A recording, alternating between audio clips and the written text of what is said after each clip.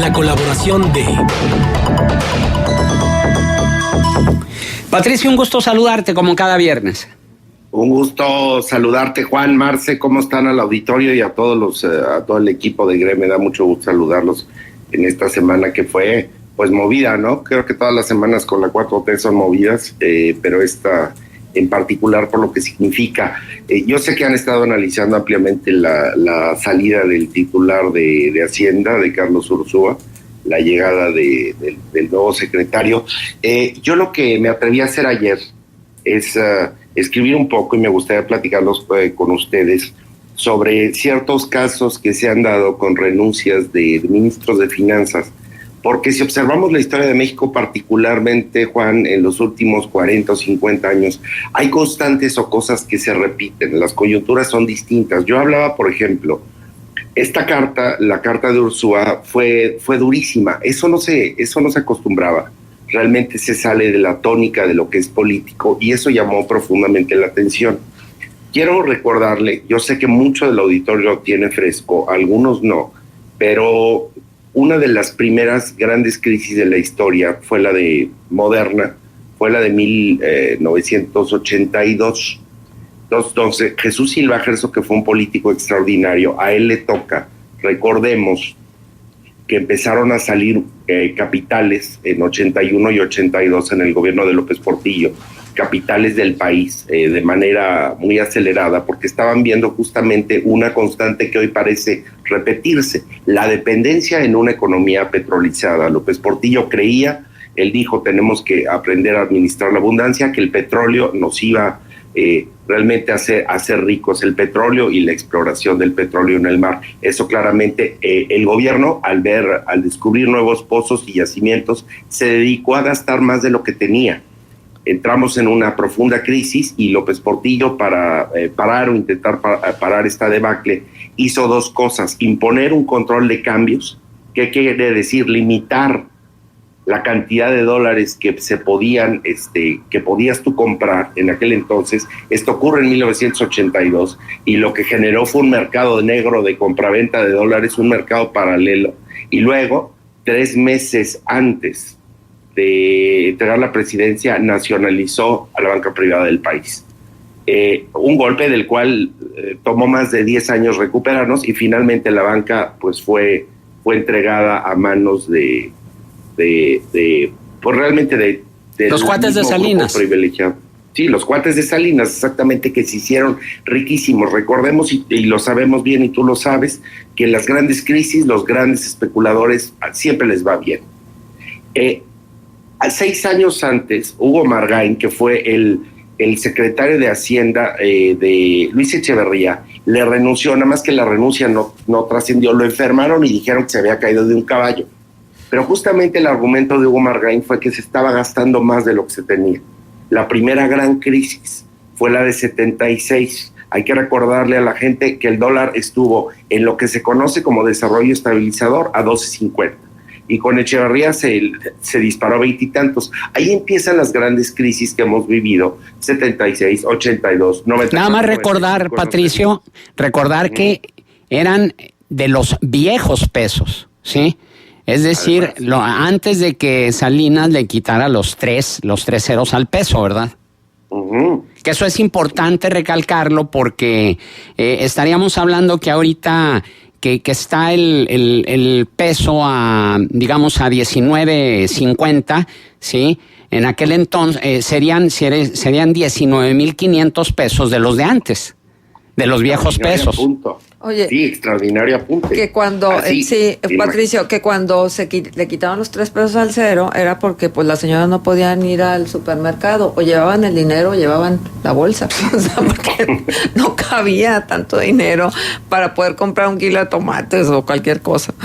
Exacto. Entonces a don Jesús Silva Gerso le toca ir fue el último secretario de Hacienda que tuvo López Portillo y duró parte del gabinete, parte de un rato con Miguel de la Madrid. Él contaba una anécdota que llega ante la banca porque no teníamos ya dinero para afrontar ahora sí que los pagos, ya no digamos de la deuda, de los intereses de la deuda, amortizar lo que nos habían prestado. Uh-huh. Y llegó con los banqueros a Nueva York y les dijo, debo no niego, pago no tengo. Entonces tuvo este papel muy difícil.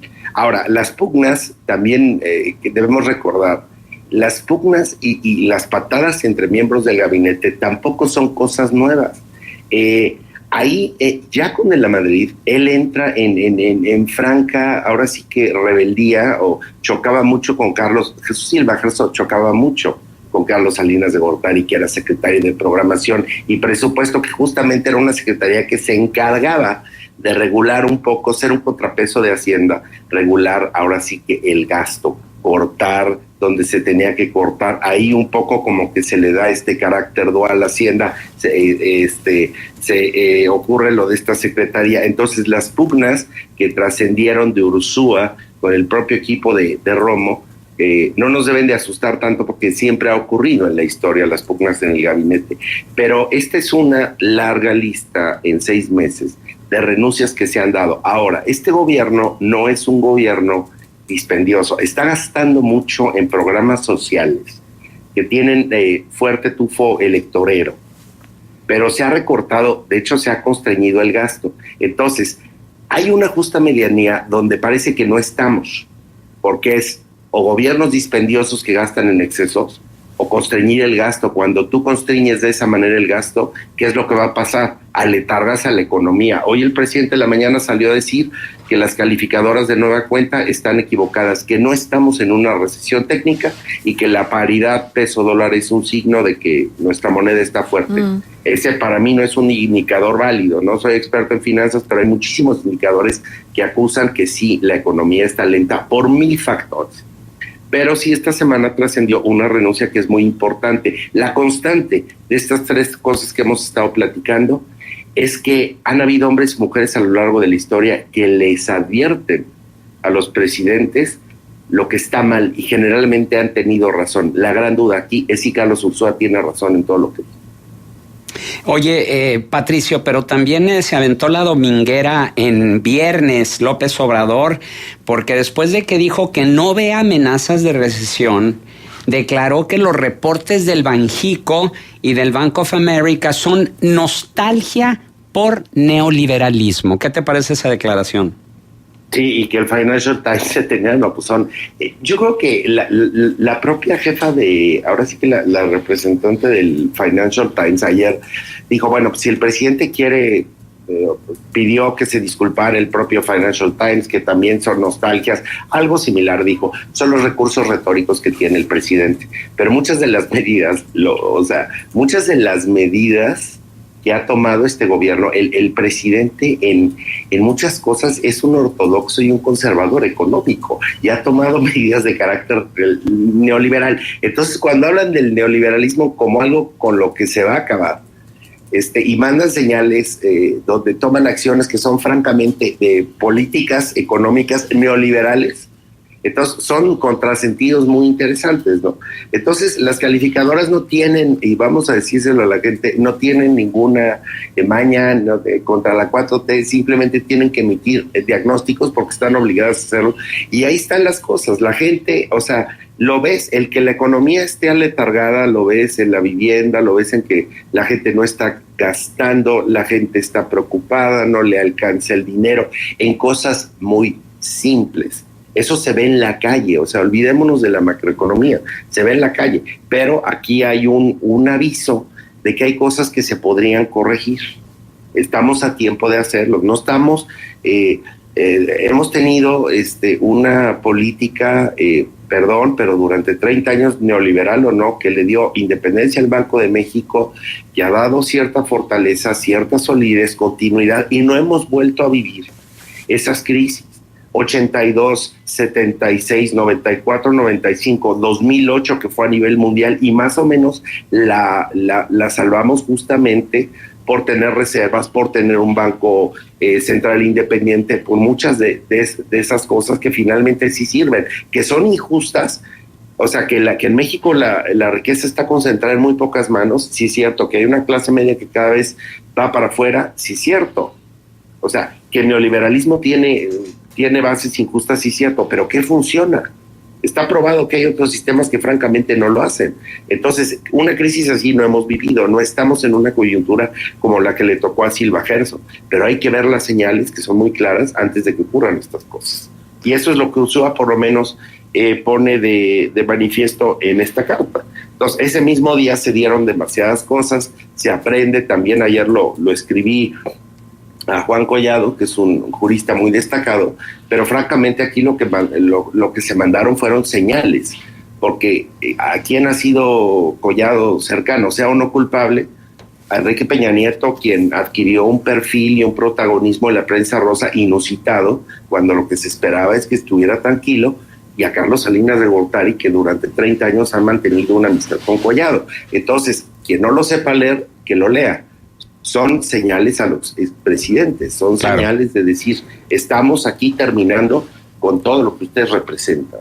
Y el neoliberalismo sería como la democracia de Winston Churchill, ¿no? Que decía, la democracia es el peor de los sistemas con excepción de los demás. Sería lo mismo con el neoliberalismo. O también como la democracia es el peor de los sistemas, pero es el único que nos acerca a la democracia. Pues sí, efectivamente. Y también lo que tuiteó en la mañana Jonathan Heath, el subgobernador del Banco de México, esto sí es una mala noticia. Se desplomó la producción industrial 2.1% en mayo mediante tasas negativas en los 4 sectores que conforman las actividades secundarias. La peor caída en 10 años, es decir, desde 2009, y estamos hablando de cuando traíamos el problema de la crisis económica a nivel mundial.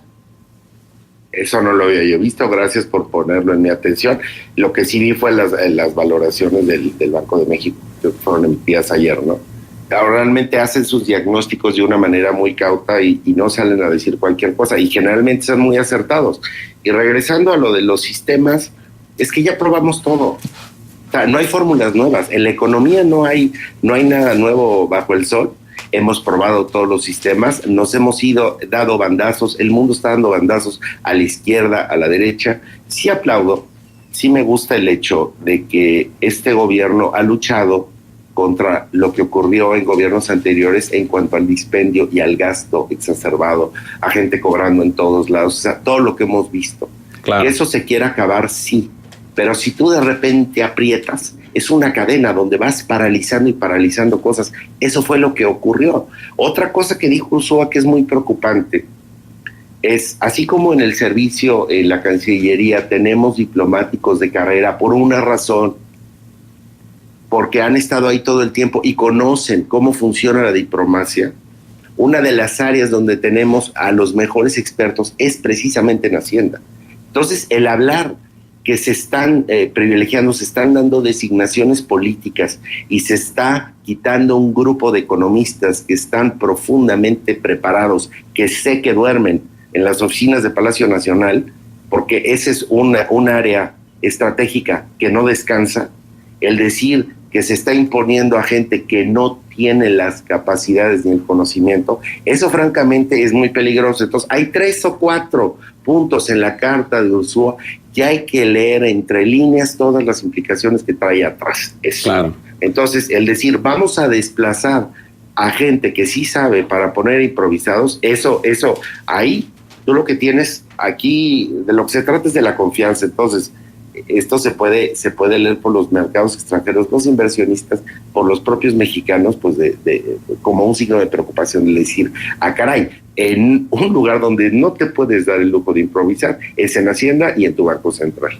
Ojalá que no se esté haciendo. Ojalá. Bien, Patricio, ¿algún punto de contacto? @PatoLocuasto con Q en Twitter, muchas gracias, y bueno, pues a ver qué pasa. Suerte al nuevo secretario, que creo que tiene un muy buen perfil. Esperemos que le sepa decir que la va a necesitar. Gracias nuevamente. Híjole.